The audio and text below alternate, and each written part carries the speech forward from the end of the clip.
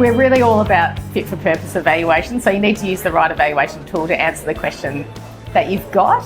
But that said, look, randomisation is a really powerful tool for kind of showing causality, for saying this program led to this outcome. So I think there are opportunities to use it more often, and it doesn't need to be so hard or expensive. It can just be a matter of using people on a waiting list, or if you're rolling a program out sequentially, to use comparisons to say, this area has received something, this area hasn't, and now look at the difference in outcomes. Using the right tool for the question at hand. So if you're trying to understand the impact of a program, you might want to use randomisation or use your data to kind of get a sense of how things have changed in terms of that quantitative picture.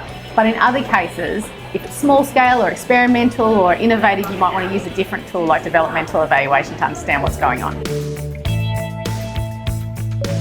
But we're also really passionate about mixed methods evaluation, so really trying to get under the hood of what's happening, what's changed, how and why. And so I think if you can bring together the best of both worlds of quantitative and qualitative evidence, that's where you'll get that really rich picture of what's changing and what's driving it. We're doing a real push for transparency and just trying to get more of a culture of open learning around that, because we really can't learn from each other if we're not prepared to share our failures as well as our success. So one of the things that the Australian Centre for Evaluation is doing is creating an evaluation repository, so a central place where you'll be able to find all government evaluations. So we do keep learning and we do keep sharing those findings and not tucking them away if they're slightly inconvenient, and just getting more used to sharing failure. So I'm really taken by this idea of utilisation focus. So what is it you need to know for the sort of work that you do?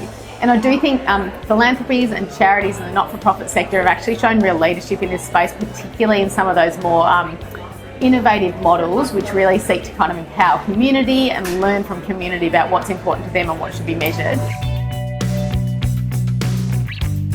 I think it's so important to bring people together, particularly when you're talking about trying to build cultural change. So both trying to build a culture of evaluation, but also some of those things we've talked about, like creating a safe to fail and a more transparent learning environment.